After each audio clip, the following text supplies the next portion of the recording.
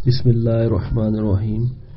تمام تعریفیں اللہ کے لیے ہیں جو سچا معبود برحق ہے۔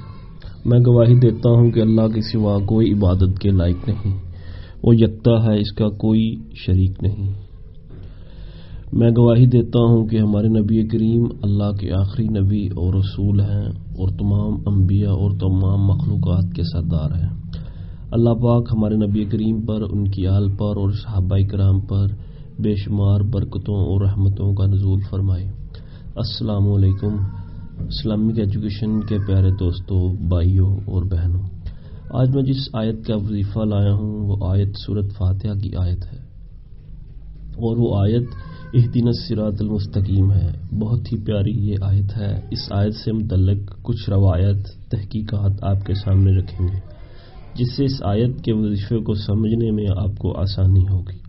نبی کریم صلی اللہ علیہ وسلم کی حدیث مبارکہ کا مفہوم ہے کہ جبرائیل علیہ السلام نے میرے جی میں یہ بات ڈالی کہ کوئی بھی نفس اس وقت تک فوت نہیں ہوگا جب تک اس کو اس کے نصیب کا رزق مل نہ جائے جو اس کے نصیب میں لکھا جا چکا ہے۔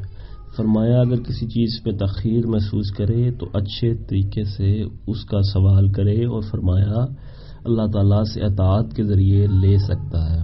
پیارے بھائیوں اور بہنوں، آج کا یہ وظیفہ بہت ہی مجرب ہے، اور اللہ کے رسول صلی اللہ علیہ وسلم کا فرمان ہے اہدنا الصراط المستقیم میں اللہ تعالیٰ سے ہدایت کا سوال ہے، اور ہدایت اللہ کے خزانوں میں سے سب سے بڑا اور کارآمد خزانہ ہے، اور اس کے بہت سارے فوائد قیمتی ہیں۔ لہذا آپ نے یہ وظیفہ سننا اور جاننا ہے کہ اس وظیفے کو کیسے کرنا ہے۔ اس کے لیے گزارش ہے کہ ہماری اس ویڈیو کو آخر تک دیکھیں۔ دوستو، سورۃ فاتحہ بہت ہی پیاری اور بابرکت سورت ہے، اور اس سورت کو نماز کا حصہ قرار دیا ہے، اور قرآن مجید فرقان حمید کا آغاز بھی اس سورہ سے ہوا ہے۔ ہر مسلمان دن میں 5 بار نماز پڑھتا ہے، اور نماز کی ہر رکعت میں سورۃ فاتحہ پڑھتا ہے۔ اس سورت میں اللہ تعالی نے شفا رکھی ہے، جو کوئی پڑھتا ہے شفا پاتا ہے۔ اس صورت میں بندہ اپنے رب کی تعریف کرتا ہے اور اپنے برحق رب کی خوبیاں بیان کرتا ہے، اور اس بات کا اقرار کرتا ہے کہ وہ اپنے رب کی طرف رجوع کرتا ہے، اسی سے مدد طلب کرتا ہے۔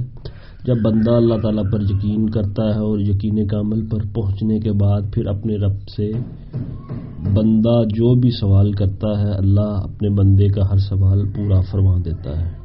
اس لیے چاہیے جب بھی اللہ سے سوال کیا جائے مکمل یقین کے ساتھ سوال کیا جائے۔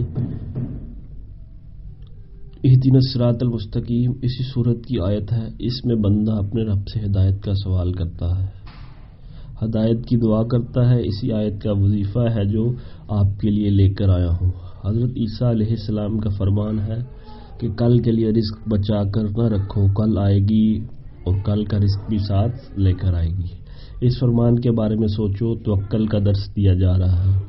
چونٹیوں کے بارے میں سوچو تو ان کو بھی اللہ پاک رزق دیتا ہے۔ پرندوں کے بارے میں سوچو تو ہر شام خالی ہاتھ اپنے آشیانوں کی طرف لوٹ جاتے ہیں، اور ہر صبح اس توقع سے نکلتے ہیں کہ ان کو ان کا رزق مل کر رہے گا۔ انسان کو بھی چاہیے اپنے رب تعالیٰ پر توکل رکھے، اور انسان کو اس کے نصیب کا رزق مل کر رہے گا۔ سوچو، جنگلات میں درندوں کو رزق کون پہنچاتا ہے؟ سمندر میں موجود بڑی مچھلیوں کو رزق کون پہنچاتا ہے؟ جن کا ایک وقت کا کھانا منوں اور ٹنوں میں ہوتا ہے، ان کو بھی رزق پہنچا دیا جاتا ہے۔ کیا ہم نے کبھی سوچا ہے کہ اللہ تعالیٰ نے اپنے محبوب بندوں کو جو مرتبہ اور عظمت عطا فرمائی تھی کس وجہ سے عطا فرمائی تھی؟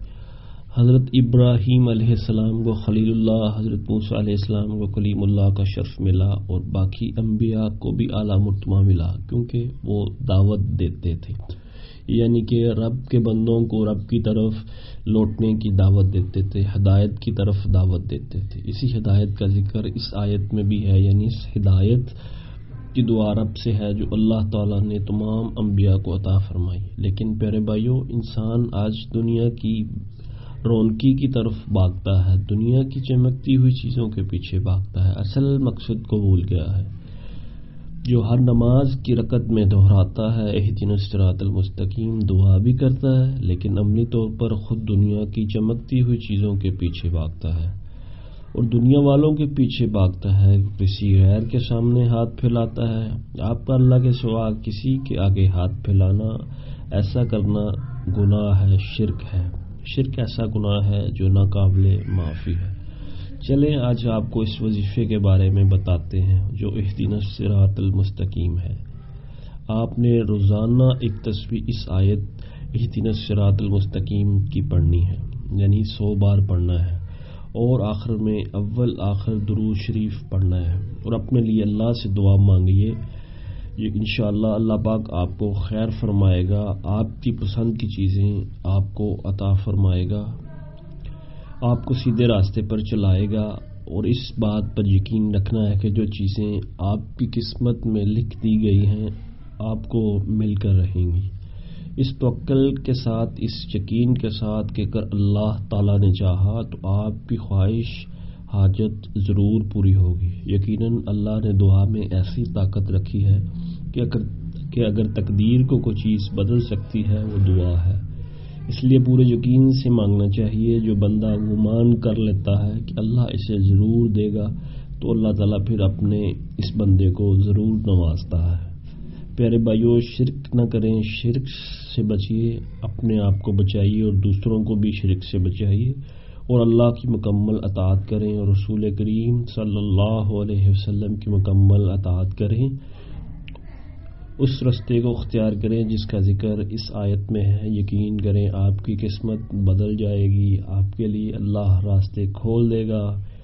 یاد رہے توکل بہت بڑی چیز ہے۔ نبی کریم صلی اللہ علیہ وسلم کا فرمان ہے کہ جو چاہتا ہے کہ سب سے زیادہ غنی بن جائے تو اللہ کے خزانوں پر توکل کرے، اس لیے اللہ پر توکل کرے اور اس مبارک سورہ آیت کے توسل سے اللہ سے ہدایت طلب فرمائے، اور ہمارے اس وظیفے کو صدقہ جاریہ سمجھ کر شیئر کریں۔ امید کرتے ہیں اسلامک ایجوکیشن کے پیارے دوستوں اور بھائیوں اور بہنوں کہ ہماری آج کی ویڈیو آپ کو ضرور پسند آئی ہوگی۔ اگر پسند آئی ہے تو ضرور ہمارے چینل کو سبسکرائب کریں تاکہ ہماری ویڈیو آپ تک پہنچتی رہے۔